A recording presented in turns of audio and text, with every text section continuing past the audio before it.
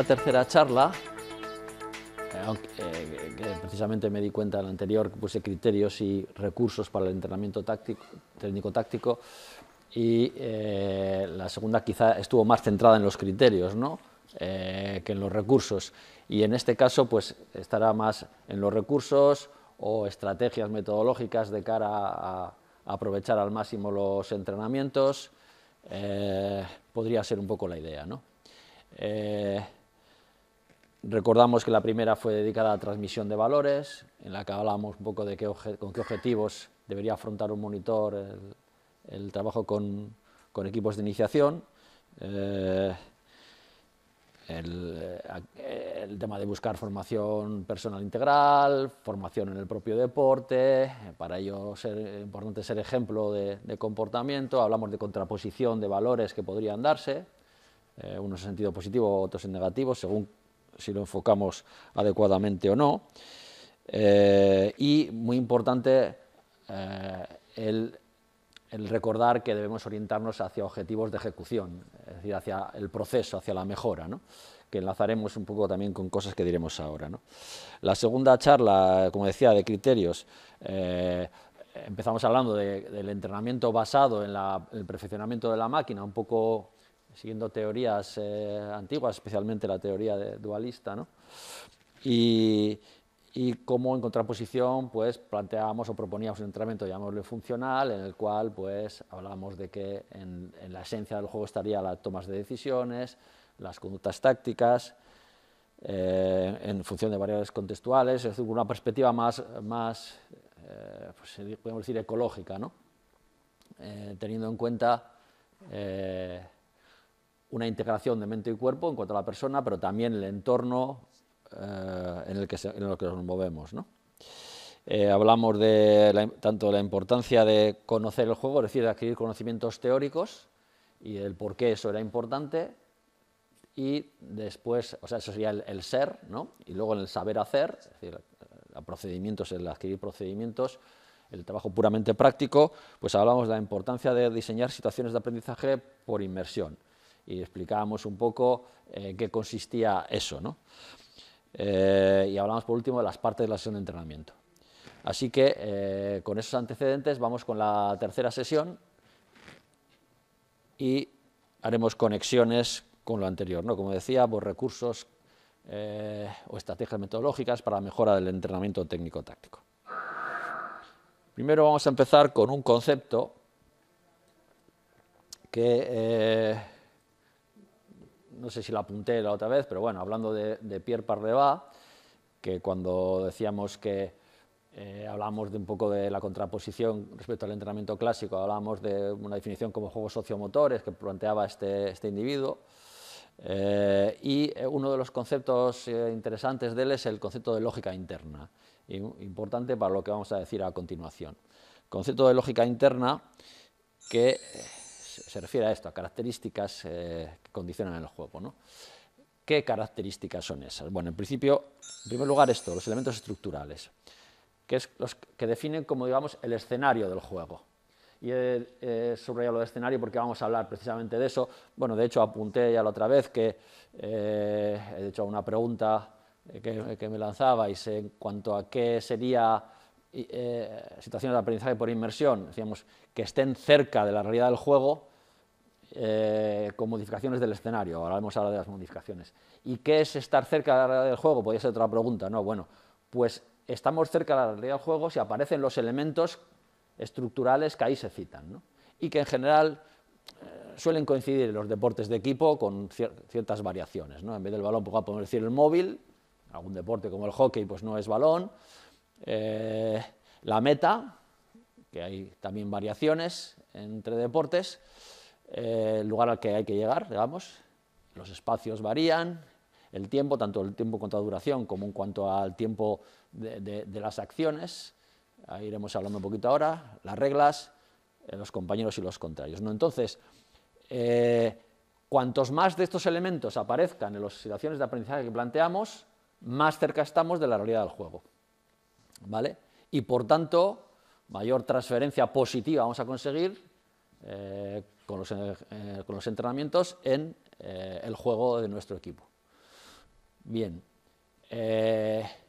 Ejemplos. Bueno, pues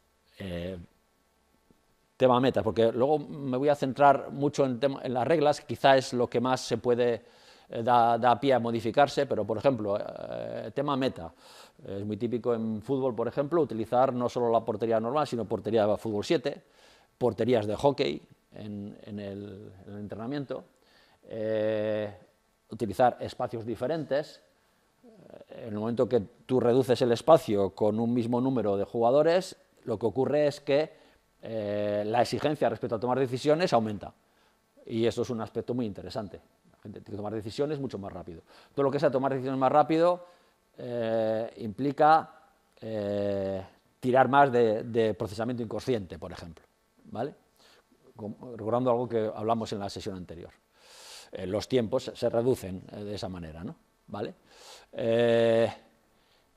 En cuanto a espacios, bueno, vamos a recordar un ejercicio que vimos el otro día en el que manejaba el tema del espacio también, antes de meternos con los de las reglas. El hecho de variar la relación entre compañeros y contrarios es otro elemento que se puede trabajar y lo vamos a ver también en un ejemplo ahí. Y sobre todo, como decía, las reglas, ¿vale? El escenario. Y en función de ese escenario, pues hay una serie de consecuencias funcionales.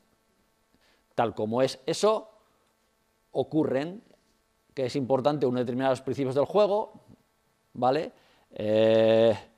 Pues, por ejemplo, en nuestro deporte del balonmano, al haber una área prohibida delante de la portería, los que juegan en los extremos tienen una especial preocupación por el principio de verticalidad, es decir, la ganancia de ángulo de tiro, porque ahí es donde menos tienes y encima donde más lejos estás de la portería, por las circunstancias, por las características del área. Pero, por ejemplo, en baloncesto, pues uno que está en la esquina no tiene esa misma exigencia, porque la dirección del aro la tiene igualmente libre, ¿no? Los roles que se dan en los equipos varían también según la variación del escenario. Por ejemplo, pues el hecho de que haya muchos más jugadores va a implicar que los roles son más. Bueno, pues los roles en nuestro deporte, por ejemplo, aparte de defensores, atacantes, puedes tener, según las posiciones, diferentes roles y eso implica diferentes tipologías de jugadores. Está la comunicación motriz, que es la comunicación que no solamente va a ser verbal, sino que también va a ser de gestos, de movimientos, y por tanto esa interpretación de los movimientos, de los gestos de los demás, es lo que se llama comunicación motriz, es también acuñado por Parleva, ¿no? Entonces yo interpreto lo que hacen mis compañeros, los contrarios, y en función de eso genero mis tomas de decisiones. De los otros dos elementos ya hemos hablado en la anterior sesión. Vale, entonces, veamos un ejemplo. El otro día lo vimos ya este. Ah, no, este no. Vale, este es un ejercicio de lanzamiento. En lo que hago es variar la relación de oposición respecto a que hay, fijaros los defensores, hay 4 defensores ahí, normalmente ahí 2 van a por jugador.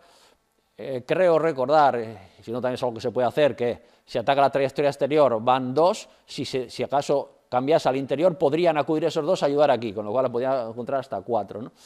Creo recordar, al menos 2 seguro. Entonces esto lo que hace es hacer que las condiciones del lanzamiento sean bastante exigentes, y esto obliga a la jugadora a buscar recursos para conseguir lanzamientos, ¿no? Ahí se ven, por ejemplo, modificaciones que se hacen del brazo para tirar, etcétera, ¿no?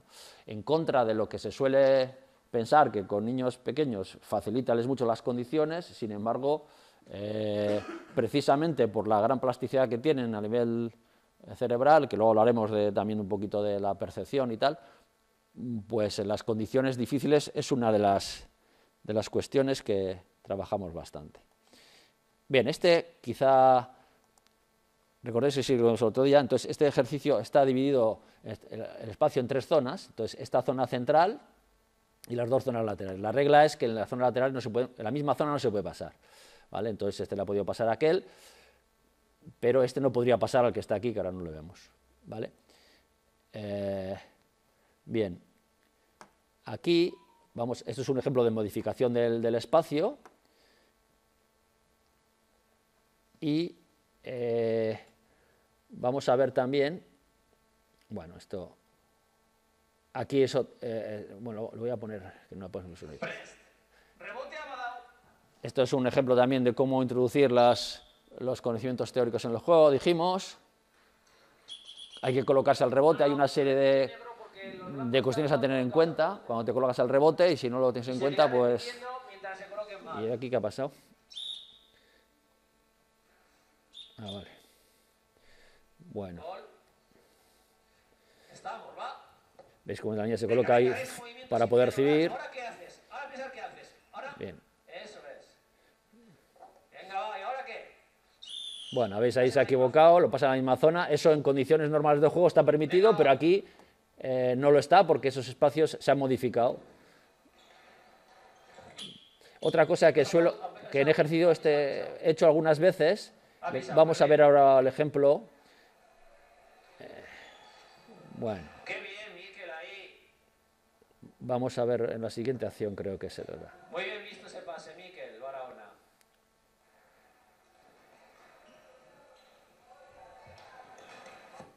Qué bien, Olatz, lo que pasa que ha sido un pusquerra más que un pase. Se ve que hay peligro. Vale, ahí, por ejemplo. En esas situaciones, por ejemplo, aunque está prohibido pasarse en la misma zona, pero cuando quiero propiciar o aparece el trabajo del cruce, decimos, bueno, excepción, si el atacante lateral está perdiendo un ángulo de tiro, invade tu zona extremo, tú puedes cruzar. Y en ese caso permitimos que se dé en la misma zona. Esa sería una excepción, con lo cual propiciamos la aparición del cruce. Al final, el objetivo es que aparezcan aquellas conductas que me interesa que aparezcan, o aquellas relaciones de jugadores, y para eso modifico el escenario, con espacios, con reglas, con tiempos también. Bueno, veremos también la cuestión de eso. Bueno, aquí ellos todavía les cruce aquí, pero iniciaba tímidamente el cruce. Bueno, vale, esos son ejemplos. Seguimos con esto de modificar el escenario. Esto es un elemento importante, ¿no? Ya dijimos en aquella diapositiva a la que daba mucha importancia, situaciones de aprendizaje por inmersión. Y ahí la modificación del escenario, esta es una de las cuestiones además que introduce en el trabajo del entrenador bastante carga o dificultad, porque significa que tienes que no solo dirigir el entrenamiento, hacer las correcciones oportunas y tal, y ser árbitro, sino además ser árbitro con las modificaciones que has introducido. Vale. Por ejemplo, algunas de ellas. Por ejemplo, esta no vale el gol si la portera desvía el balón. Vale, pega y entra a gol, pero se ha desviado. No vale el gol. De hecho, desde pequeños introducimos la mirada en el pecho del portero, incluso con un peto que usamos al principio, cuando son más pequeños, y pretendemos que de esa manera, con la mirada en el portero, observen a qué parte de la portería tienen que tirar sin mirar, veo pero no miro, y por tanto evitar al máximo posible la intervención de la portera, ¿no? Vale, es una regla cambiada pero referida al tema del tiempo, ¿no? Los 3 segundos se aplican muy rigurosamente, es decir, que no dejamos que sean 3. Esto, cuanto más pequeños, más. Forzamos la toma de decisión para que el procesamiento sea inconsciente. Entonces, como empiecen a dudar, ¡pum!, pitar. Estas son una serie de reglas que tienen mucho que ver con la mejora del campo visual, la mejora del procesamiento inconsciente de la información, etc. Por ejemplo, si tú dejas que pase mucho tiempo, empiezan a utilizar mucho la reflexión, por ejemplo, sobre todo los muy pequeños, de paso a mi amigo, o ya sé quién es el bueno de mi equipo, vamos a dársela a ese porque así metemos más goles, por ejemplo. Entonces hay que intentar apretar las tuercas para evitar al máximo posible eso. Esto en relación con alguna otra cosa que vais a ver. Por ejemplo, está prohibido pasar a un compañero inmóvil, esto al principio, luego se transforma en esta otra regla, que hay que recibir en carrera. Bueno, salvo el pivote, eso es más muy balonmanero, digamos. El pivote a veces está en zonas donde no hace falta moverse y está bien colocado, ¿no? Pero en general, si no se ha movido al que le vas al balón, no puedes darle el balón, ¿vale? Aparte, esto lo combinamos con tira el balón siempre al espacio libre. Esto en las partes más iniciales. en relación a que el cerebro responda al movimiento, porque ya de por sí, en el campo visual periférico, el movimiento es lo que llama la atención, ¿no? Entonces, buscamos que sea con el movimiento, y esto, unido a la regla de los 3 segundos y unido a ver si va aquí, a esta otra regla, está prohibido solicitar el balón, hacen que el jugador, aun muy pequeño, tome sus propias decisiones y de forma muy rápida e inconsciente, ¿vale? Si me solicitan el balón, normalmente tiendo a pasar a que me la solicita. Malo, cierro el campo visual. Si además puedo pasar a un compañero parado y tengo el tiempo que me dé la gana, todo esto va totalmente en contra de que las decisiones se tomen rápidas, de forma inconsciente y utilizando un campo visual amplio. Con lo cual, utilizo una serie de reglas que pretenden eso. Y esto es muy importante, sobre todo en los primeros años de la iniciación, para que adquieran ese hábito. Vamos a ver también alguna otra regla que tiene que ver con eso. Bueno, esta tiene que ver con la competición, el hecho de que si tú metes gol, pues mantienes la posesión, es decir, el equipo que recibe un gol no tiene el balón. Normalmente en el juego sí, gol y saco yo. No, en el entrenamiento gol y saca el equipo que ha metido. Si quieres el balón, compite por él, gánatelo defendiendo. Vale, esta es otra regla que la otra comentamos, no se permite el bote al principio y luego solamente uno para progresar, y nunca en el sitio. Esto tiene, en la primera sesión dijimos, hablamos del objetivo de la cooperación, es decir, esto obliga a cooperar más en el equipo porque no puedes protagonizar mucho el juego. Una jugadora que esté más capacitada pues no puede protagonizar mucho el juego porque pues, que tiene que pasarla después de un solo bote, ¿no? Vale, eso por un lado, pero desde el punto de vista que estamos hablando ahora de la toma de decisión, pues igualmente te obliga a pensar en el campo visual, decidir, pasar y no olvidarte de todo, cerrar y yo me lo guiso, yo me lo como, ¿vale? Esta es otra regla que parece que puede tener que ver con evitar la violencia, que también, pero que desde el punto de vista que ahora se ocupa, que es táctico, pretende que no se corte el juego. En balonmano está permitido, vamos, es falta agarrar o sujetar al contrario el brazo y tal, pero se produce mucho, falta, sigue el juego, si no hay una reiteración, pues en principio no se sanciona disciplinariamente, pero en pequeños no queremos porque de esa manera hacemos que el balón circule, no queremos cortar el juego, que el balón circule, y eso obliga a los defensores a moverse y a orientarse y colocar el campo visual de diferentes maneras, y a los atacantes a pasar y, por tanto, observar y decidir. Si no, el juego es un juego que se corta mucho. Entonces, tratar de evitar eso en la medida de lo posible. Eso unido al bote, a las reglas anteriores, al final implica un tipo de juego diferente en el cual tienes que recurrir a esto que estoy diciendo, a procesamientos de información más rápidos, inconscientes, a uso del campo visual periférico, etcétera, de lo cual seguiremos hablando después.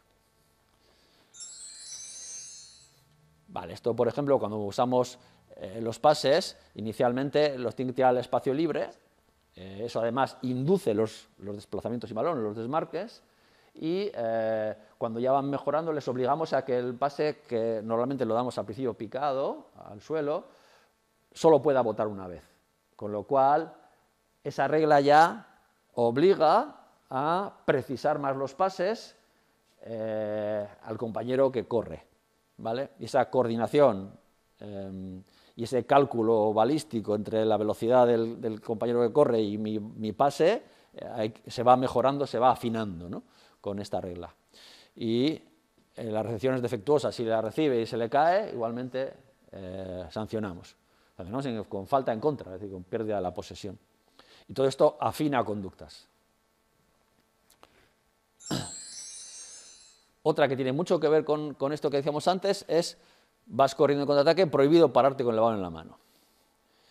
Y a veces también limitamos el número de botes. O sea, esto propicia nuevamente el juego colectivo, propicia ver y decidir, propicia que cuando tú tienes el balón en la mano, según vas corriendo tienes que decidir, nada de pararte a ver qué pasa, con lo cual arriesgas, pasas según vas corriendo. Nuevamente el tema de procesar la información y el campo visual. Vale, entonces, toda una serie de reglas de modificación del escenario que tienen unos objetivos de adquisición de conductas tácticas. Vale. ¿Algo hasta aquí? ¿Qué decir? Esto luego puedes aplicar un poquito con más edad, es más complicado. Supongo que te refieres a gente que no ha empezado así. Sí, es más complicado, más complicado. Cuanto más mayores, más complicado. Sí. Y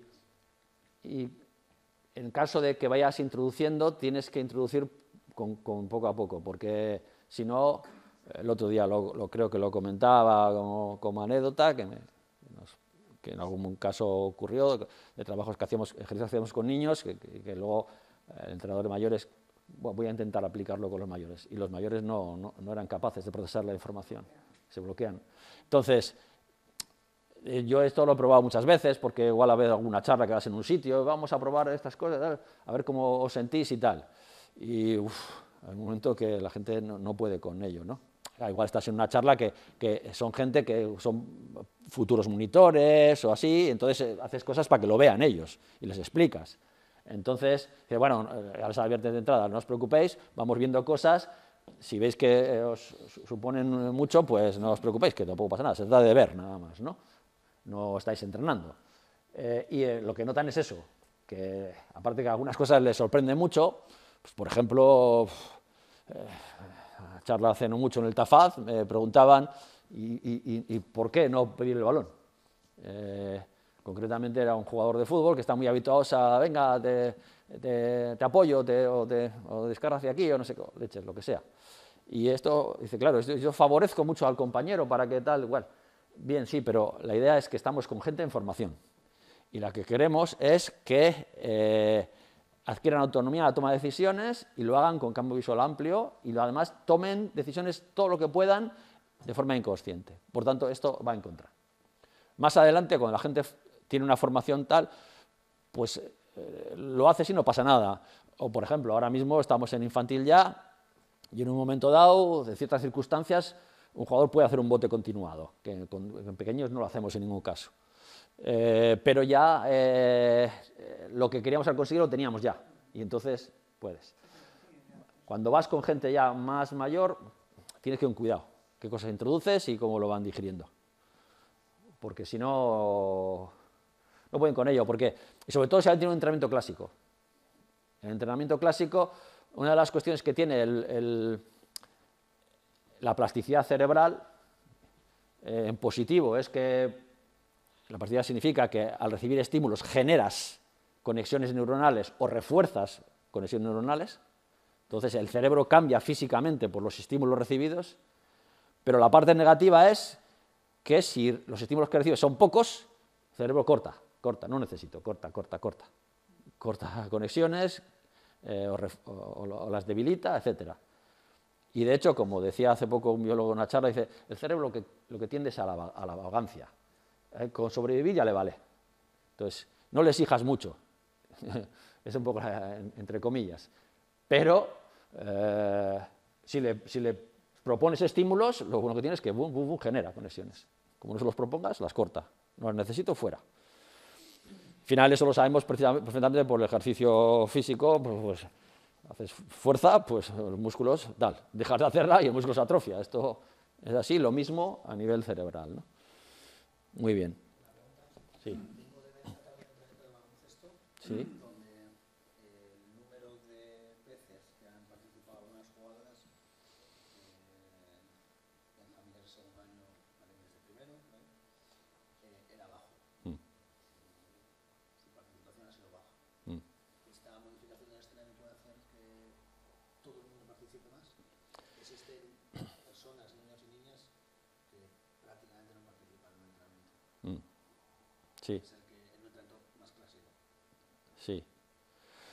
Bueno, a veces el entrenamiento clásico, como dices, es porque a veces alejados de la realidad, se plantean ejercicios de participación activa escasa porque se forman filas o porque se hacen ejercicios muy analíticos. Entonces, como cuando son más globales hay menos participación. De esto además hablaremos luego. Eso de entrada, ¿no? Cuando se juega de forma más colectiva hay más participación en principio. Siempre hay el riesgo de que menos capacitado participe menos. Siempre hay ese riesgo. Ahora bien, si tú estableces la regla de que no se permite votar o solamente un voto tal, hay más participación. El hecho de que propicies el procesamiento inconsciente y obligues a los cerebros de la gente a reaccionar al movimiento, ¡bum!, movimiento paso. Y no sé si es el movimiento de este o de aquel. ¿Qué ocurre también? Que el menos capacitado igual se mueve menos. Y entonces también puede ocurrir eso. O sea, siempre la gente que le mete menos gasolina pero dentro de esas circunstancias el nivel de participación general aumenta de esta manera. Eso lo tengo más que visto. Vale. ¿Alguna otra cosa? No. Paso. Vale. Bien. Esto,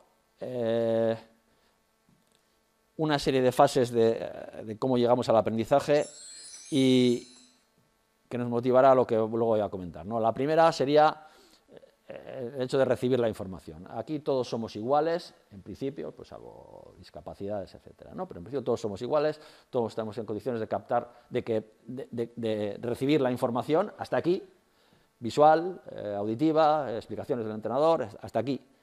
A partir de aquí, ¿qué pasa? Que viene un filtro. La atención es un filtro. Entonces puede ser muy permeable, o menos, o cerca de que no deje pasar ni el agua, ¿no?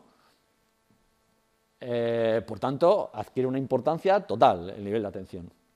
Encima, se nos dice, y bueno, nosotros en entrenamientos y esto sí que queremos captar esas cosas, aunque hay excepciones, ¿no?, de que el proceso de digitalización que se ha producido influye negativamente en el mantenimiento de la atención. Vale. Entonces, esto es un gran caballo de batalla de cara a que esa información de aquí siga. Luego está la percepción, que implica interpretar la información. Hablamos el otro día de que no es lo mismo el análisis que hace de la información un veterano que un joven, ¿no? Cómo lo interpretan, porque el veterano sabe cuáles son los estímulos relevantes y al novato le cuesta más y por tanto le puede abrumar la información, ¿no? Entonces, mejorar la percepción es otro de los elementos vitales para llegar al cuarto punto, que es cuando ya adquieres la conducta, es decir, aprendes, ¿no? Vale, entonces, por ahí hay que buscar recursos que nos permitan mejorar los pasos 2 y 3 y por tanto que llegue lo máximo posible hasta el final. Vale. Lo mismo que la pregunta anterior, todas las personas son diferentes y evidentemente hay quien viene de fábrica, digamos, con atención y con las antenas arriba, y hay quien viene con menos, y luego hay que se van modificando con el tiempo las cosas, ¿no? Vale, entonces, ¿cómo podemos optimizar la atención? Y aquí hay una serie de cuestiones que me parecen de gran importancia. La primera, y esto bueno, no tiene que ver con cosas que se puedan aplicar en el entrenamiento, sino que saber que el ejercicio físico ya es un factor de mejora de la atención. Se sabe ya por muchos estudios que el ejercicio físico mejora la atención. En general, entre un chaval o una chavala de cara a sus estudios, en sus condiciones serán mejores de cara a los estudios si hace ejercicio físico que si no lo hace. Va a ir mejor en sus estudios. De hecho, hay hasta algunos experimentos en asignaturas de aula, en que el alumno, en vez de estar en su pupitre sentado en una silla, está sentado en una bicicleta estática. Y entonces, mientras estás ahí, pedaleas. Y su rendimiento es mejor. Recomendación, cuando están en casa, para padres y madres. joder, mi niño cómo se mueve, está así, está con los estudios, con los apuntes delante y se mueve para aquí, para allá y salta y no sé qué, joder, estate quieto y ponte a estudiar bien. No, así aprende mejor. Si salta, si corre, si se mueve, va a aprender mejor. O lo mismo, le pone está en la bicicleta estática a la vez que va estudiando. Va a aprender más. Entonces, ahí se han ido sumando estudios en ese sentido. El ejercicio físico es mejorador de la atención y del rendimiento académico. Vale, mejora la atención, las situaciones, el juego, las situaciones de aprendizaje, por tanto, basadas en el juego, van a ser mejor. O sea, que fijaros, estamos hablando de situaciones de aprendizaje cercanas a la realidad del juego por una razón táctica, es decir, que vamos a mejorar más, vamos a conseguir más transferencia, pero es que encima nos está diciendo, desde la neurociencia nos está diciendo, es que el juego activa la atención. ¿Vale? Con lo cual, un entrenamiento clásico donde hay muchos ejercicios, pues venga, hay que tirar a la pared 200 veces y fíjate cómo haces con el brazo, hay que pasar no sé qué, pegar así con tal, o hay que hacer un zigzag no sé cuánto, y hacemos el otro día, ¿está mal? No, no es que esté mal, va a ser útil, pero ten en cuenta que si no hay juego, si no es lúdico, la atención se te va a ir más pronto, y la atención es un recurso limitado, y cada vez más. Entonces, esos datos son muy interesantes. Veamos otra cuestión. En ese tipo de situaciones de aprendizaje que hemos sugerido, cercanas a la realidad, globales, equipos, etcétera, en las que, por supuesto, hay mayor nivel de cooperación, pues este es otro ingrediente de la cooperación que al cerebro le gusta para activarse a nivel de atención. Le gusta cooperar. Entonces, esa contraposición no solo es a nivel de transferencia, sino que a nivel de atención, o bueno, al final está todo en lo mismo, ¿no? No es que no sé por qué separarlo a la hora de hablar, ¿no? Es decir, si hay más atención, lógicamente habrá más aprendizaje, ¿no? Por el camino que acabamos de poner antes. ¿Vale? Pues bueno, las tareas en el aula en las que se hacen en grupo también son, por ejemplo, propician mejor el nivel de atención. Utilizar el humor. Yo con los chavales de vez en cuando hago alguna vacilada, contarles alguna historia que sea graciosa o tal. O alguno que está haciendo una cosa que no está mal y le dices algo para corregir, pero algo pues en plan medio vacile y para que se ríe, ¿no? Vale, pues el humor le gusta al cerebro para activarse. Claro, estas cosas que utilizas, bueno, en las anteriores mucho. Esta, pues bueno, de vez en cuando. Pero el humor le interesa. Recuerdo una charla de un biólogo que decía, ¿quieres explicar una cosa importante en el aula? Vete vestido de payaso ese día y eso no se les olvida jamás, decía. En plan, exagerado, ¿no? No se les va a olvidar nunca. ¿Vale? Entonces, el humor activa el cerebro. Contar anécdotas, lo decía antes, ¿no? Por ejemplo, el otro día, esto hace muy pocos días, hablamos sobre todo con el tema de la preparación física hay que trabajar mucho en la motivación y tal. Entonces, les contaba una anécdota de una pregunta, creo que lo hacían periodistas, al entrenador de la selección española de gimnasia deportiva.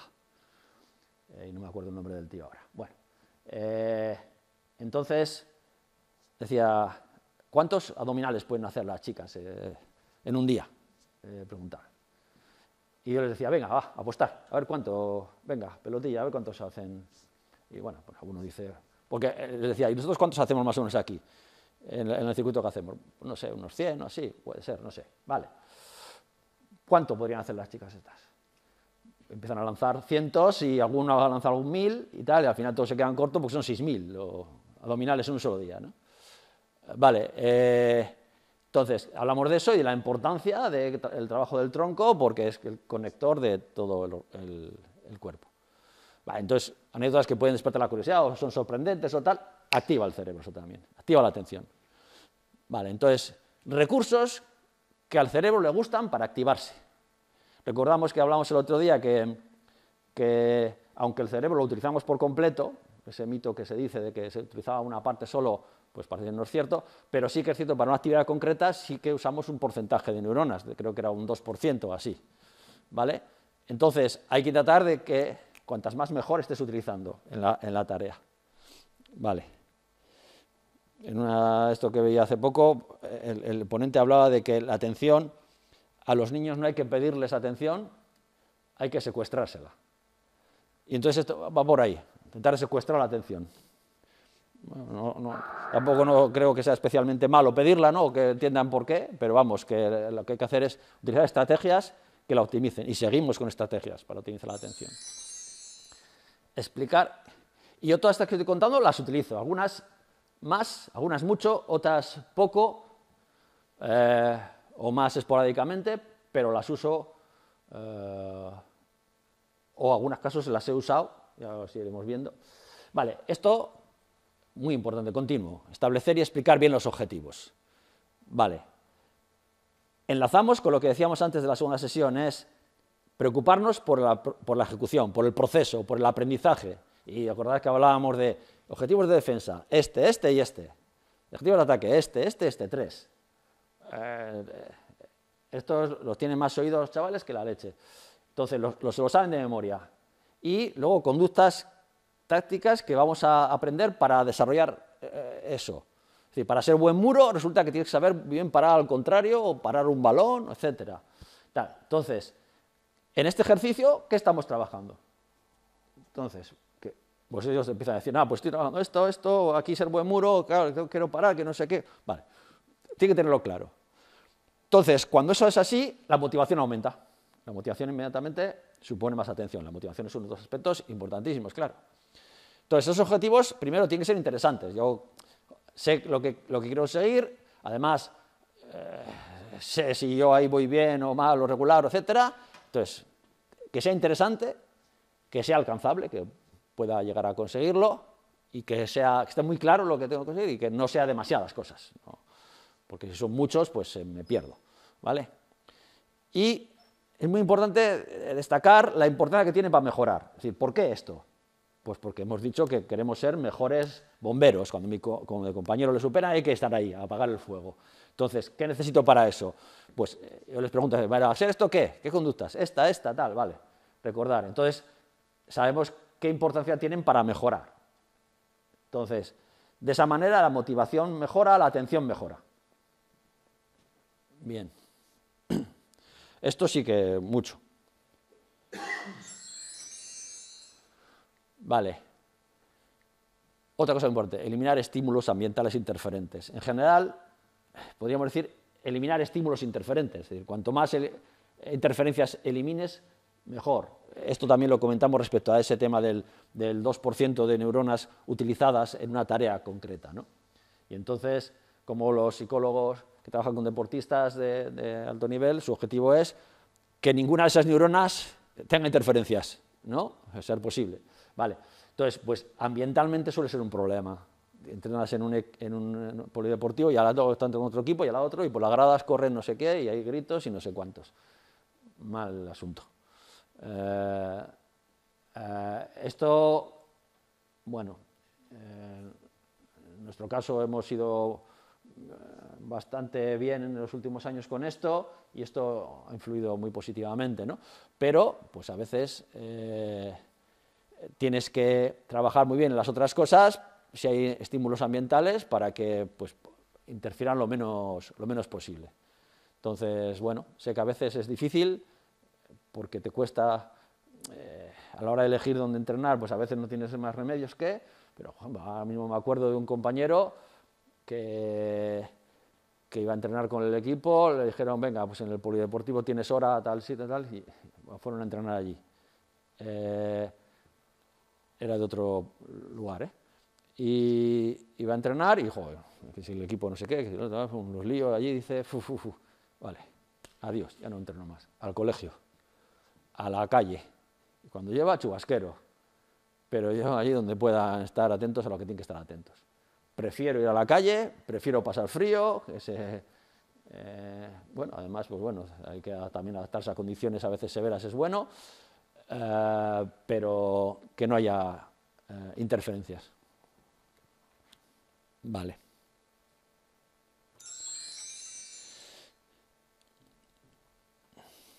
Bien, otra cuestión importantísima. Esta es realmente un caballo de batalla complicado. El tema de elegir bien qué instrucciones das, en qué momentos las das, etcétera, ¿no?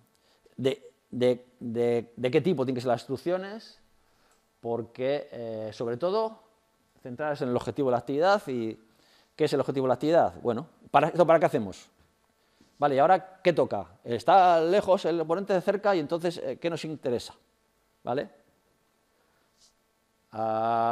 Ejercicio de ayer mismo, estamos en un ejercicio relacionado con contraataque, defensa de contraataque, y uno de los jugadores se va por el balón, muy lejos de la portería, y eso es lo que nos conviene para todos cuando paramos. No. ¿Por qué? Porque estaba muy lejos. ¿Qué tenía que haber hecho? Irse donde no está lo que no tiene el balón. Vale, ya estamos.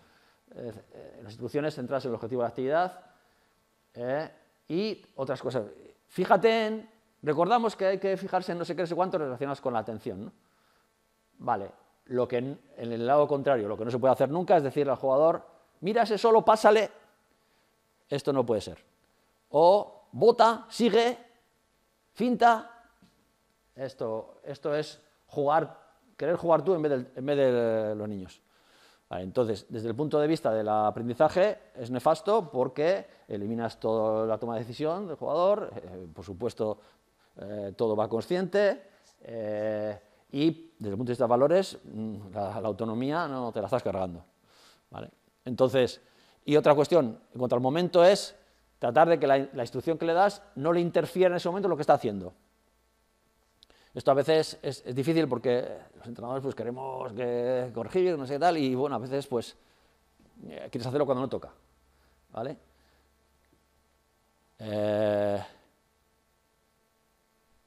Es mejor en un momento igual esperar y después de la acción comentarle. Vamos a verlo, por ejemplo, aquí. Ahora mismo explicaba este ejercicio que ocurrió, hoy es miércoles, ¿no? Ayer, martes, decía eso, ¿no? El uso de preguntas.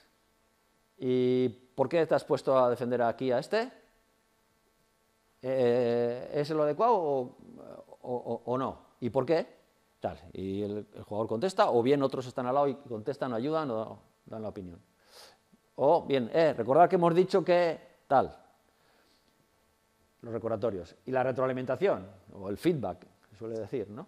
Es decir, se ha hecho no sé qué y informar al jugador de, bueno, y esto ha salido bien por esto, o ha salido mal por esto, recordamos que dijimos que tal, y que el objetivo era tal, y vale. Entonces, sobre las conductas que se realizan, hay que utilizar estos recursos. Y esto va a mantener la atención, ¿vale? Bien, todo esto requiere, como entrenador, que haga en muchos casos, o por lo menos yo como una reconversión, ¿no? ¿Vale? Ya que estamos en Sestao, como la reconversión de la naval, de todo esto, reconversión industrial, aquella que hubo, ¿no? ¿Vale? Pues hay que hacer una reconversión interna para adaptarte a funcionar de esta manera, ¿no? Y por último, estrategias psicológicas que ayuden a mejorar la motivación cotidiana. ¿Por qué cotidiana? Vale, la motivación, podemos hablar de una motivación básica por la actividad, es decir, yo hago baloncesto porque me gusta el baloncesto y entonces, lógicamente, voy a entrenar y tal, voy a gusto porque me gusta ese deporte. Entonces tengo una motivación básica por la práctica del baloncesto, perfecto. Pero aparte de eso, cada día vas a entrenar y tiene que haber una motivación cotidiana por lo que haces cada día, por cada ejercicio, por cada parte del entrenamiento, etc. Vale, entonces podemos utilizar ciertas técnicas psicológicas que nos pueden ayudar a mejorar ese sentido, a mejorar esa motivación. Vale. Que suele ser diferente entre unos y otros, lo mismo que el tema de la atención, etc. Entonces, por eso hay que invertir ahí. Bueno, fijaos cuántas cosas he dicho respecto a la atención. ¿Algo que decir de esto o algo que preguntar? Esto es un caballo de batalla de la leche.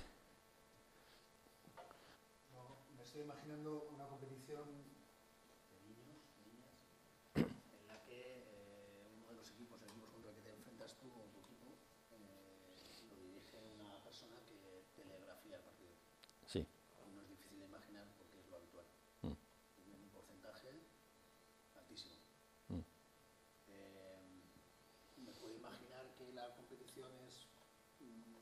positiva, quiero decir, para las personas que puedan pensar o que podemos ir hacia ese modelo tradicional en el que la dirección prácticamente toma todas las decisiones por ende de los críos, de las participantes. Tus equipos compiten, juegan y es una situación positiva en un partido contra ese modelo de... Positiva para nosotros, quiero decir. Sí, quiero decir, bueno, que compiten, quiero decir que el modelo que tú sostienes es un modelo que los equipos compiten en el partido. Sí, claro, como todos. Suele ser muy habitual que este tipo de entrenadores o entrenadoras que te dirigen el partido consigan una cierta eficacia inmediata. Consiguen una canasta, consiguen un gol, consiguen pelear la final y al tomar la decisión por el participante. Los equipos, digamos que también meten goles, también meten canastas, también consiguen... ¿Qué experiencia tienes con eso?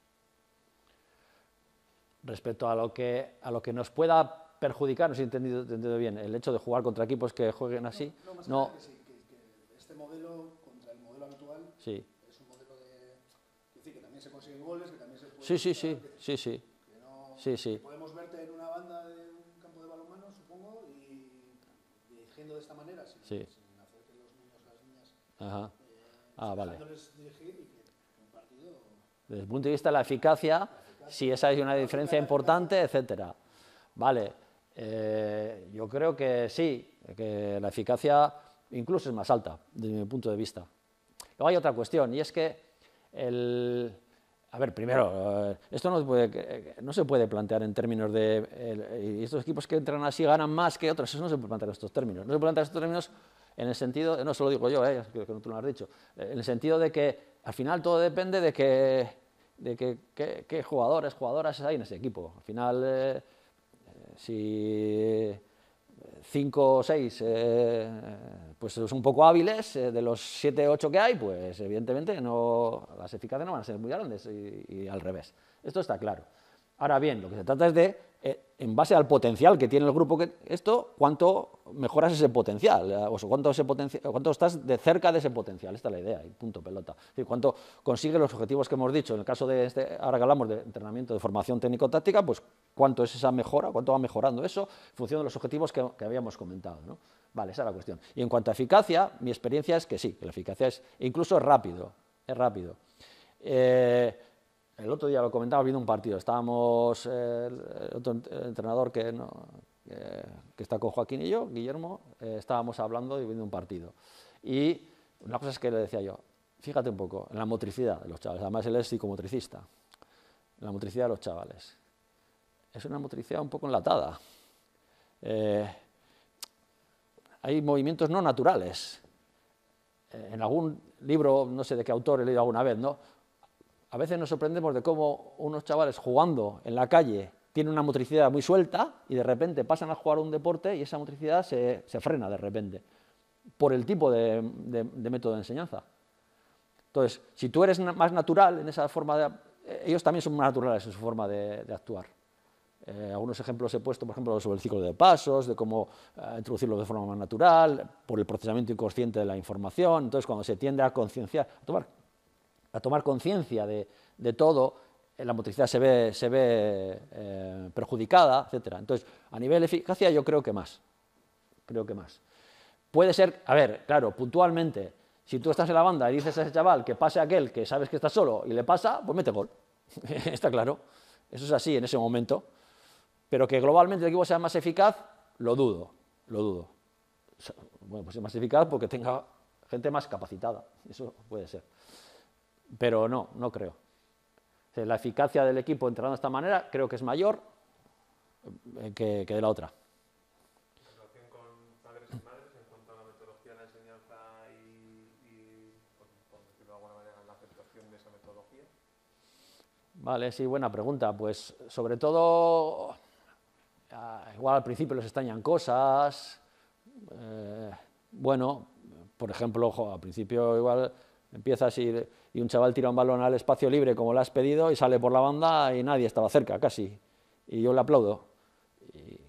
Y pues hay gente que resulta muy raro esas cosas. Hay cosas que estamos valorando y que quizá estamos valorando de una manera nosotros y que desde el punto de vista del sentido común parece que no es muy lógico, ¿vale? O como el hecho de que de repente tienen prohibido más que un bote, de repente uno roba un balón, bota una vez, no llega a la portería, no tiene a nadie y dice, bum, bum, te tiro de aquí, ya ha tirado desde casi medio campo. Y no es lógico esas cosas. Entonces pueden chocar, pero bueno, yo siempre digo a los padres y madres, alguna vez que estemos, si alguna pregunta tenéis, ¿verdad?, sobre lo que hacemos, preguntarla, porque a veces hacemos cosas raras, os pueden parecer raras, preguntar, no pasa nada. De hecho, alguna vez he hablado con algunos, por ejemplo, padres, madres, que han sido jugadores del mismo deporte. Y entonces, algunos he dicho, no, nosotros no hacemos así eso, no hacemos así eso. Entonces, incluso ocurre que igual ha estado con el hijo haciendo no sé qué. Y captas algo y dices, y hablas. No, es que nosotros vamos por ahí. O van los chavales a un campus de no sé qué. Y de repente me dicen que han hecho cosas que van en contra de la metodología que hacemos nosotros.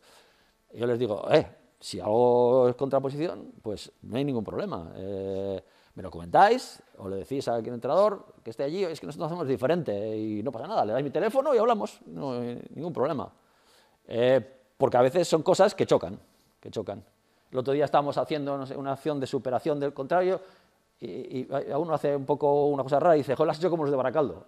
Y le dice el otro, nosotros no hacemos así, ¿no? Vale, entonces, no lo he vivido como un gran problema, en general. En cuanto al traslado de esta metodología a deportes que son más masificados y que ya tienen un funcionamiento tan estricto, ¿cómo lo verían? Hombre, yo creo que al final en los equipos de base se pueden hacer más cosas, yo creo. A veces más arriba las cosas pueden estar más enquistadas, pero yo no creo porque tiene que haber problemas. De hecho, creo que ha habido evolución en ese sentido en algunos deportes. Por ejemplo, creo que el fútbol ha evolucionado en este sentido y se ha aproximado a ciertas cosas de aquí, que yo he visto, por lo menos. Yo he estado en Lezama, por ejemplo, y he visto cosas que iban en otra línea diferente y se me parecían más a esto, algunas cosas, otras igual no.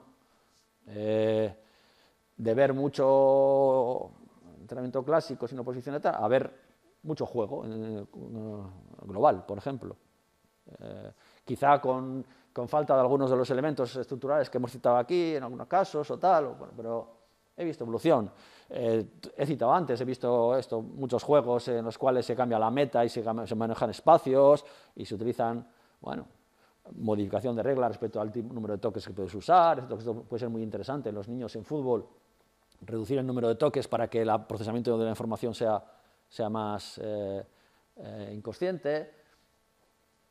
He visto evoluciones, pero también, que citaba Luisa, también se ven todavía muchos entrenamientos que están en la línea clásica, muchos.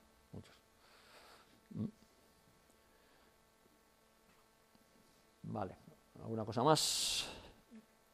Voy.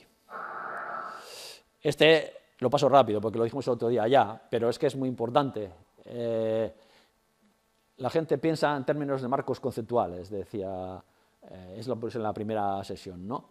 Y que conforman tu forma de ver el mundo, de ver las cosas, entender. Como dicen algunos, es que yo soy muy no sé qué, yo soy muy tal, o yo soy muy no sé qué, y tengo mis marcos conceptuales, ¿no?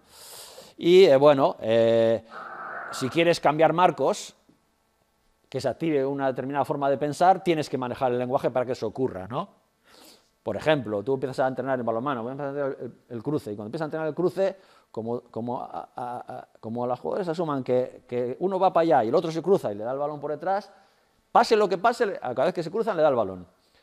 Y según cómo planteas las primeras veces, y como, aquí vamos a hacer esto, y tú haces un desmarque por aquí, tienes la opción de esto, y en función de cómo lo manejes, diriges la forma de pensar del jugador hacia un sitio o hacia otro. Y esto es muy importante. Como dice, si quieres actuar de forma diferente o pensar de forma diferente, tienes que hablar de forma diferente, ¿no? Entonces, según lo que digas, puedes conducir la forma de pensar hacia un lado o hacia otro. Vale, esto él habla del punto de vista del lenguaje político, pero creo que es muy interesante tenerlo en cuenta para el entrenamiento también. Y si no fuese así, si no fuese tan importante, no habría las inversiones multimillonarias de partidos políticos en este sentido, en la psicolingüística. Si no fuese importante y si no fuese efectivo, o de la publicidad en psicolingüística. No invertirían tanto en psicolingüística si no fuese realmente efectivo, para comernos la cabeza. Por tanto, un tema importante y preocupante también. Vale, optimizar la adherencia, otra cuestión. Estrategias para optimizar la adherencia. ¿Qué es la adherencia? Se utiliza en psicología el término, por lo menos yo lo aprendí en estudios de psicología, que es, digamos, el aprovechamiento máximo del entrenamiento, ¿no? Cuanta más adherencia, más estás aprovechando el entrenamiento. No solo cuando estás en el entrenamiento, sino adherencia también es cuidarte tú, fuera de las horas de entrenamiento, tu sueño, tu alimentación, el descanso, etcétera, ¿no? Entonces, ¿cuánto de todo tu proceso de aprendizaje como en el deporte, cuánto sacas, ¿no? La adherencia. Vale. Entonces, una cuestión importante es el tema de controlar la asistencia, un control de asistencia y evaluación de la actitud en relación directa con un reglamento. Entonces, hay que tener un reglamento en el que dice, pues hay que venir a entrenar, hay que venir puntual a entrenar, hay que tener respeto por los demás, hay que cuidar las instalaciones, hay que, bueno, las cosas lógicas que tienen que producirse, ¿no? De cara al saber ser, como decíamos. Entonces, tiene mucha importancia desde el punto de vista del saber ser, pero tiene mucha importancia para mejorar el aprovechamiento del entrenamiento. Entonces, en relación a lo que pones en el reglamento, control diario. Vale. Siempre transmitimos a los jugadores que el esfuerzo y la atención que pones durante los entrenamientos, sobre todo, van a determinar que tu mejora sea mayor o peor. Ellos lo tienen clarísimo, pero, bueno, pues como decíamos antes, la atención no es fácil mantenerla, es un recurso limitado, hay que hacer lo posible por esto y luego así, además, valorarlo y que haya consecuencias en base a esto, en base a lo que están poniendo en el entrenamiento, que haya consecuencias de cara a los minutos que tienen de juego. Vale, entonces, yo utilizo una herramienta en Excel en la que más o menos controlo estas cosas, ¿no? Entonces, bueno, pues aquí ponemos pues una J, es que el jugador pues ha faltado entrenar de forma justificada, ¿no? O se ha retrasado justificadamente tal, o que tiene otra actividad extraescolar y llega más tarde o se va antes. Este se ha despistado al entrenamiento y entonces pues ha llegado 2 minutos o 15 minutos injustificadamente, ¿no? Y todo esto va haciendo un sumatorio aquí de las Jotas que lleva, de los minutos justificados, de los injustificados, etc. Bueno, estos son partidos jugados, esto ahora no tiene nada que ver con esto, contabilizar las sesiones que ha habido en el mes y tal. Y aquí hay unas puntuaciones que pueden tener en esfuerzo, en atención, etc. Y en base a eso se determina el tiempo de juego según ese control de inactitud. ¿Qué significa? Que, pues, que fulanito de tal ha tenido un porcentaje de asistencia del 70% y eso le da unos puntos. Y cuanto más asistencia, más puntos. Cuanto más esfuerzo, más puntos. Cuanto más atención, más puntos. Bueno, más que le darle los puntos, no, yo les digo, mira, empezáis la temporada con 100 puntos. Y según lo que vaya esto, pues vais perdiendo. Entonces, la idea es perder lo menos posible. Vale, y entonces, al final hay un sumatorio en el cual todo lo que he dicho ahí se va sumando. Al final, pues tanto por ciento de asistencia, de esfuerzo, de atención, de no sé qué, pam, pam, y tiene una serie de puntos. ¿Vale? Esto, en base a los puntos, pues dice, bueno, esto es cuando en mini balonmano, este es un equipo que estaba en mini balonmano. Entonces, pues cuando estaba en mini balonmano, me dice el programa, pues tiene que jugar, le corresponde jugar 3 periodos de los 4, o 1, 2, o lo que sean. Vale, aquí, bueno, cuando pone aquí un 0 es que el jugador no, ese día pues no está, por lo que sea, está enfermo, lo que sea, no va a jugar, entonces no le pone nada. Pero bueno, sus puntos dicen que tiene que jugar tantos periodos. Y luego, según los que jueguen, aquí hay una corrección y claro, a este le correspondían 3, pero ahora le tocan 3 y pico porque como no juegan algunos, pues se reparte lo de los que no están entre los demás.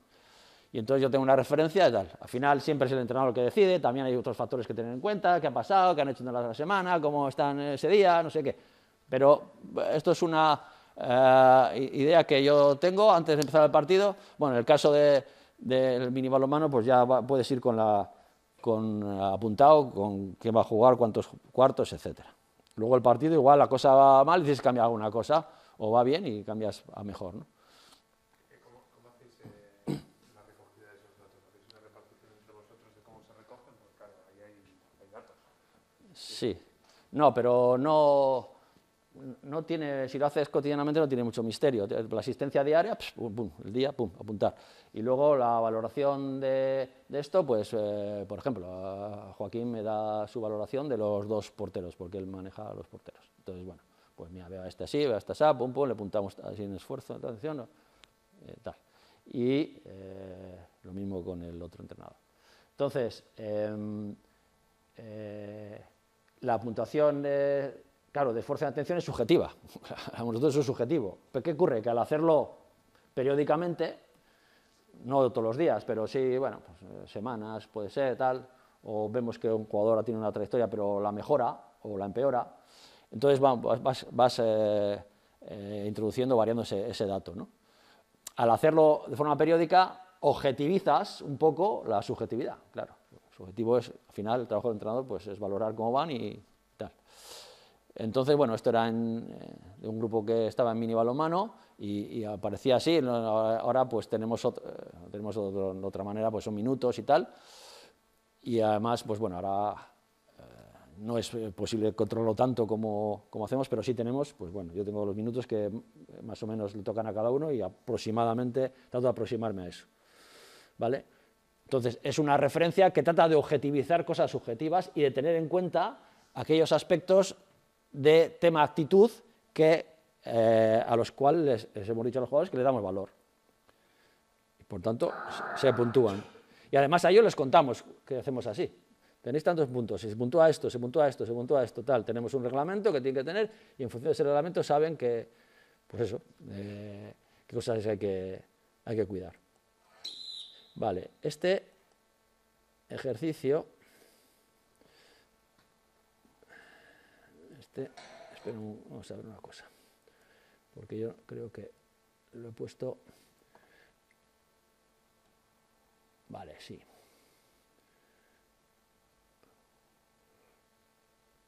Vale, este lo he puesto antes de cuando lo quería poner. Lo voy a poner aquí. Y me voy a meter con esto. Vale.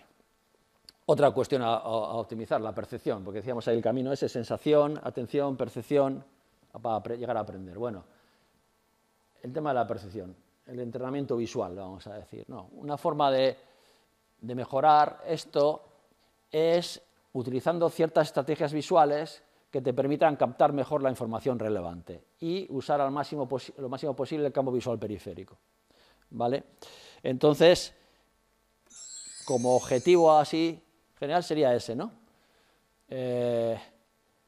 Porque, bueno, según cómo utilices la mirada, puedes informarte de ciertas cosas y otras perdértelas, o captar más información, o por lo menos toda la relevante. Por ejemplo, si estás marcando a un jugador que no tiene el balón, es muy típico que centres la atención donde está el balón, mires mucho al balón y de repente lo que haga y adiós, se te ha ido, ¿no? Mientras que si utilizas otra estrategia visual que te permite captar ambas cosas, pues esto te va a ayudar mucho, ¿no? Y para eso el uso del campo visual periférico es importante. No es tan preciso como el campo visual central, pero es más amplio y al ser más amplio no solo captas más cosas, bueno, también es cierto que captas con menos precisión, pero los movimientos, que es lo básico, son suficientemente son estímulos suficientemente o son estímulos suficientes para que puedas tomar ciertas decisiones, ¿no? ¿Vale? Entonces, por ejemplo, ¿cómo se traslada esto a la práctica? Bueno, pues tratamos de poner la mirada fija en un punto no informativo, es decir, en un punto donde no pasa nada. Por ejemplo, esto que acabo de explicar, si tú pones la mirada en donde está el balón, el poseedor, etcétera, vas a estar toda la atención metida ahí, además están ocurriendo cosas ahí, eso llama la atención de tu cerebro y realmente es difícil abstraerte a eso. ¿Qué hacemos? Pon la mirada entre los dos, entre el portador del balón y el tuyo, en el suelo. En el suelo no pasa nada, por lo tanto ahí no puedes atender a nada, la atención puede volar de aquí a aquí, ¿vale? Y entonces la atención es mucho más rápida que la mirada, también podrías hacerlo así, mirando a un lado, mirando al otro, que se puede hacer, de hecho mucha gente lo hace, pero si eres capaz de hacerlo con la mirada en un solo punto, eres mucho más rápido. Entonces yo tengo aquí uno que se va a mover, el balón está allí, y cuando se mueve, ¡bum!, en mi campo visual periférico salta, y me entero rápidamente para poder reaccionar. Encima las reacciones en campo visual periférico pueden ser más rápidas incluso, según cómo maneje la atención, que desde el campo visual central. Vale. Entonces, en el caso del ataque, pues por ejemplo usamos la fijación en el larguero. Entonces estamos haciendo un ejercicio de lanzamiento y tal, y estamos recordando a los jugadores. Venga, mirada en el larguero siempre. En el larguero tiene la defensa por delante y la mirada en el larguero. Con la mirada en el larguero, pues qué está pasando y tomar decisiones. En el caso de que, por ejemplo, llegas a la línea del área y no tienes oponentes delante, mirada en el pecho del portero, por ejemplo. Entonces, según situaciones, les recordamos dónde poner la mirada para acatar. Y, por ejemplo, pregunta del entrenamiento, como decía antes, preguntas recordatorios. Vale, vamos a hacer pases ahora. Ahora mismo, ¿dónde ponemos la mirada? Ahí en el larguero. Vale. ¿Y la atención? ¿Dónde la ponemos? Pues preferentemente en el defensor.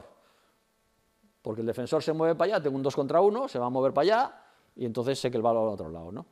A veces ocurre que la mirada va ahí en un solo sitio. Esto, por ejemplo, suele ocurrir, como decíamos antes, cuando te solicitan el balón, te la solicitan allí y se la pasas a él y entonces el defensor va y te la corta, ¿no? De hecho, pues, por ejemplo, el otro día en el entrenamiento, uno de los vivos del equipo a otro concreto le estaba robando todos los pases, de un 2 contra 1. Y me voy a decir, ¿por qué te está robando los pases? Le paro al... Este no tenía muy claro, el otro le dice, ¿por qué le está robando los pases? Porque mira siempre al mismo cuando está... Entonces yo veo dónde mira y ahí voy y le robo. ¿Qué hemos dicho? ¿Dónde tiene que estar la mirada? ¿La estás poniendo en el sitio donde vas a pasar, no? Sí, pues mira lo que está pasando, te las está robando todas. Entonces, mirad aquí, no solo el defensor no sabe, no le das información al defensor, sino que además tú estás captando todo lo que pasa en tu campo visual periférico. ¿Vale? Esto es un trabajo que cuesta mucho, que les cuesta mucho. El punto de perspectiva de defensa es lo que citaba antes. Es decir, balón, el mío, y yo en un punto intermedio, y ahí la mirada. Y ahí la mirada. ¿Va? Y entonces, de esta manera, capto. Por ejemplo, en balonmano, cuando te circula un extremo, es decir, un extremo se mete a pivote desde el lado contrario al balón, es un problema en el campo visual. Entonces, ni siquiera te entra en el campo visual periférico. Entonces, decimos, tienes que pillar un punto de tal manera que te entre por los pelos el balón y aquí lo máximo posible. De tal manera que cuando entre, al principio no le ves, pero en cuanto entra al campo visual periférico, ¡bum!, me salta la alarma. Y entonces puedo intentar actuar. Estas son de las cuestiones que más les cuestan. No, trabajamos de niños y tal, bueno, algunos han llegado nuevos y todavía les cuesta mucho más. Pero bueno, pues en lo que podamos conseguir se mejora la percepción y por tanto la captación de la información relevante y la toma de decisión. Estos son ejemplos de un vídeo del profesor Pinot. Entonces estos jugadores, los blancos, están defendiendo mirando en un punto aquí. Aquí hay un cono al que están mirando.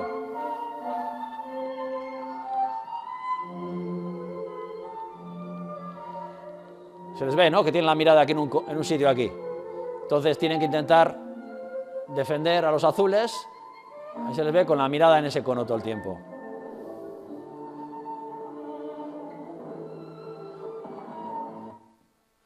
Vale, eso es un ejemplo de defensa.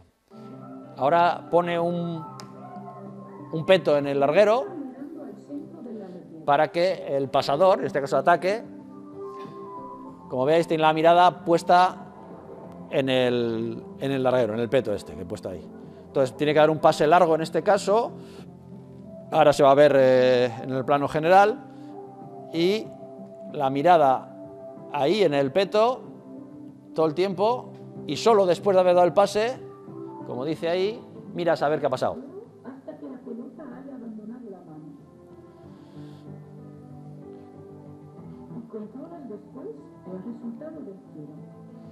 Vale, esto es un vídeo no publicado, pero que ha circulado mucho por ahí, se llama Ver y Crear, de Filipino. Ahí está la segunda parte de este ejercicio, cómo este jugador, mirando al larguero allí, da pases largos a los jugadores que corren, ¿no? La situación está bastante facilitada en algunas cosas, porque, bueno, aquí no creo yo que creo que está dando a un lado y a otro. Yo lo suelo hacer con el defensor en el centro, los dos que corren y elige. Y este roba, pero roba de verdad. Y entonces tienes que elegir con la mirada aquí. Y además, teniendo en cuenta lo anterior, raramente hacemos el ejercicio tal cual ahí, ¡pum!, sino que lo hago, balón que vuela, corres y en plena carrera decide. Con lo cual tienes los dos que corren, la mirada en el larguero y muy poco tiempo para decidir, porque antes de votar ya tienes que dar la bola.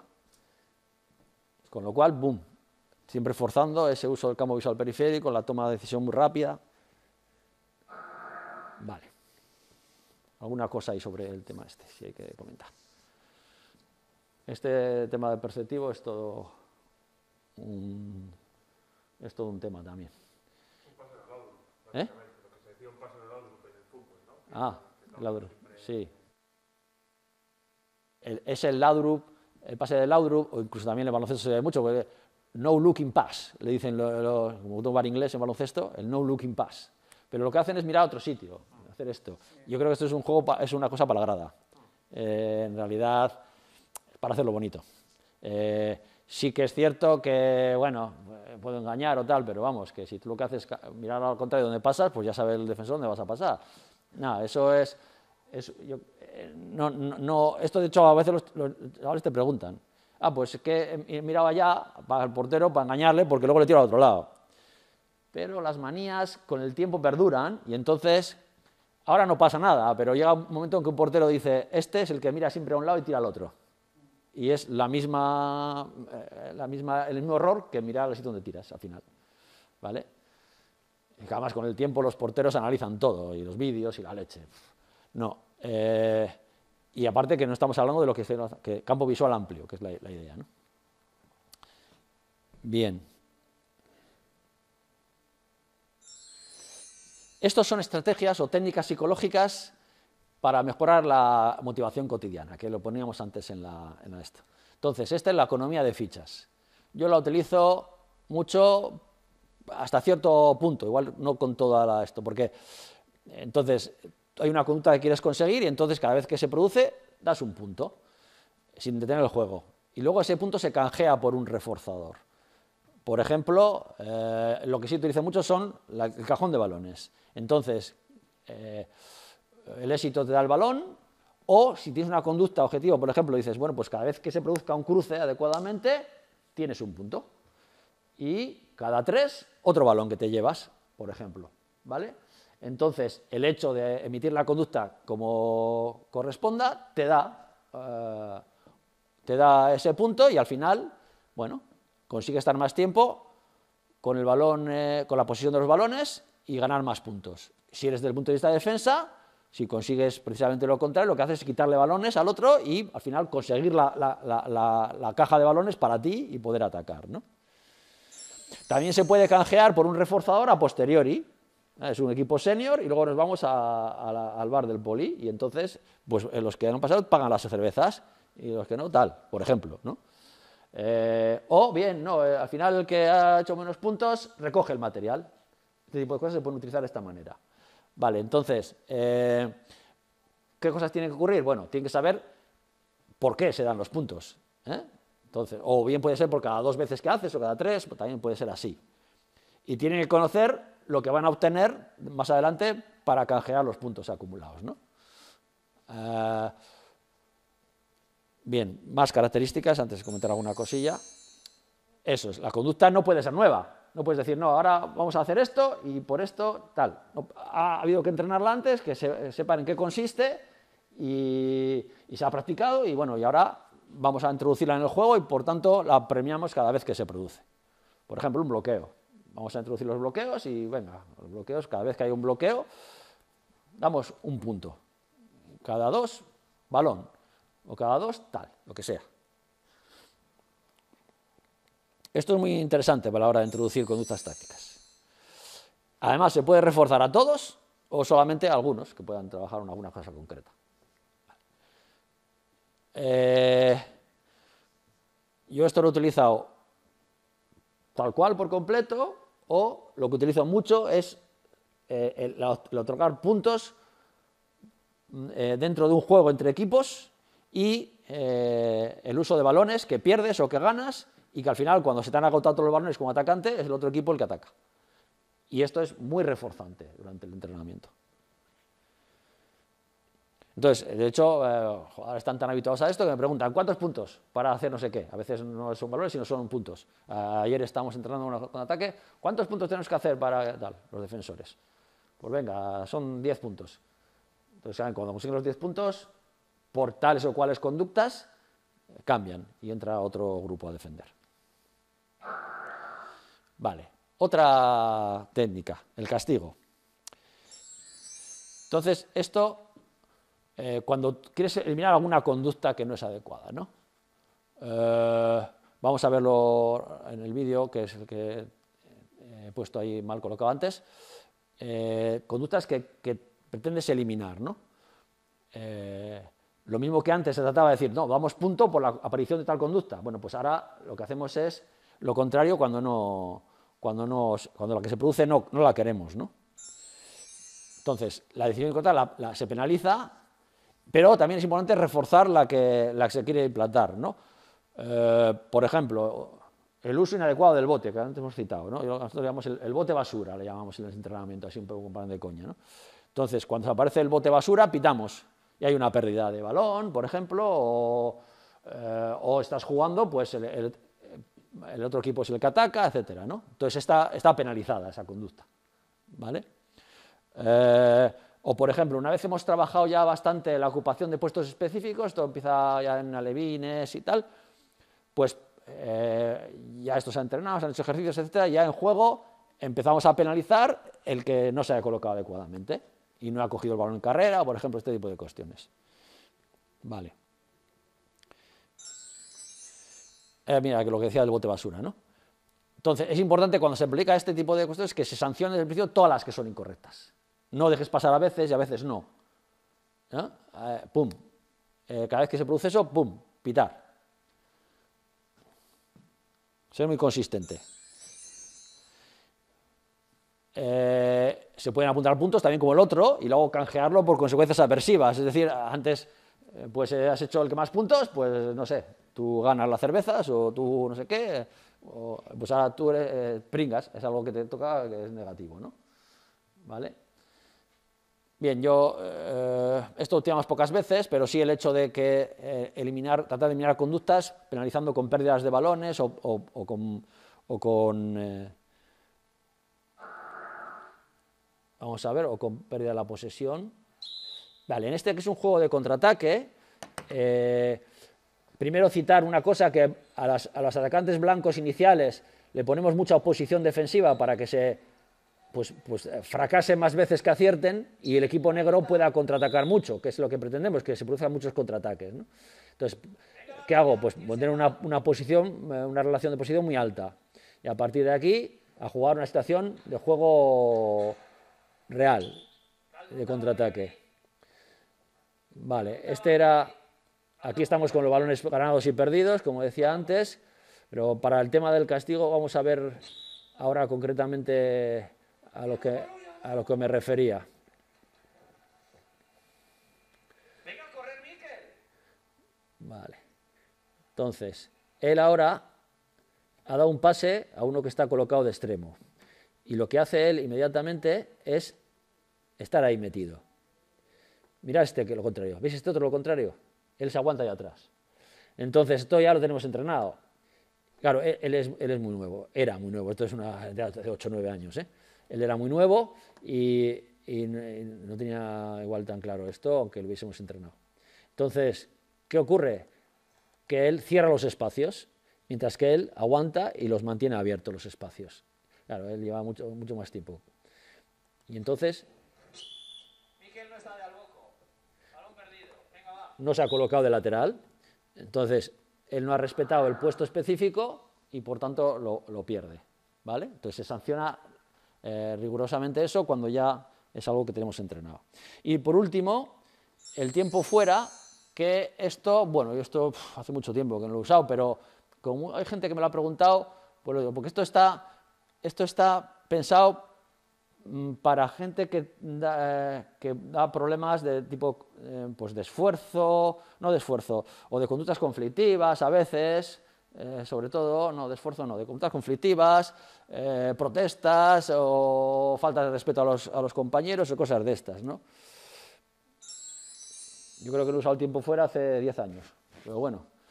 Ante conductas de tipo agresivas o también puede ser de déficit de esfuerzo, yo lo he utilizado sobre todo conductas agresivas o de mala educación o lo que sea, es decir, para trabajar de valores.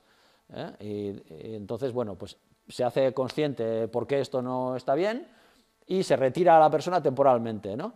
De las condiciones en las que, por ejemplo, es el que le gusta ir del gracioso y entonces pues altera el entrenamiento, etcétera, ¿no? Entonces, quítale de la situación en la que es gracioso para que no pueda obtener ese refuerzo. Entonces, cada vez que se produce eso, tiene que ocurrir, que se le retira de la situación. Vale. No lo voy a hacer más, te dice, no lo voy a hacer más ya, es que no. No. Aunque se resista, hay que aplicar la técnica. ¿Dónde cumple esa técnica tiempo fuera? Es decir, va a estar fuera X minutos. Bueno, tiene que ser un sitio próximo a lo que es al juego o lo que está haciendo y que sea no reforzante, es decir, no puede influir a los demás, pero que esté allí próximo, ¿vale? Entonces el tipo que está de pies en una esquina y ¡pum!, y ahí no puede intervenir con los demás y callado, y además si no está callado no vuelve a entrar. Vale, esto además se puede utilizar, esto lo he utilizado así en mini balonmano, por ejemplo, alguien que de repente dice así, déficit de esfuerzo, a mí no me apetece defender y yo atacar lo mío. Pues entonces de repente le llamo a la banda y se queda en la banda mientras atacamos. Y solo vuelve a atacar, a participar cuando defendemos. El equipo ataca, vente para acá. Venga, 3 veces aquí. El equipo defiende, ahora defiendes. Y cuando empieza a ponerse las pilas en defensa, vuelve a participar en ataque. Por ejemplo, eso es un tiempo fuera. Eso sí lo he utilizado en algunas ocasiones, en mini balonmano sobre todo. Vale, al principio pueden ser periodos breves, si no son eficaces, pues se aumentan progresivamente. Que hace lo contrario, es decir, que mejora esto, inmediatamente hay que decirle, sí, eso es lo que queremos, y reforzarle positivamente lo que ha hecho bien. Y hay que reservarlo para pues, cuestiones que son pues, un poco problemáticas, importantes, que sean apropiadas para esto, ¿no? Bueno, es una técnica que últimamente no utilizo directamente, porque no ha sido necesario, afortunadamente. Vale. Aquí las referencias que, bueno, algunas han aparecido ya en las anteriores. A destacar esta de Estrategias psicológicas para entrenadores de deportistas jóvenes, de José María Buceta, que es un libro muy interesante sobre técnicas psicológicas a utilizar con equipos de iniciación. Nosotros ya las citamos el otro día. Y ya está.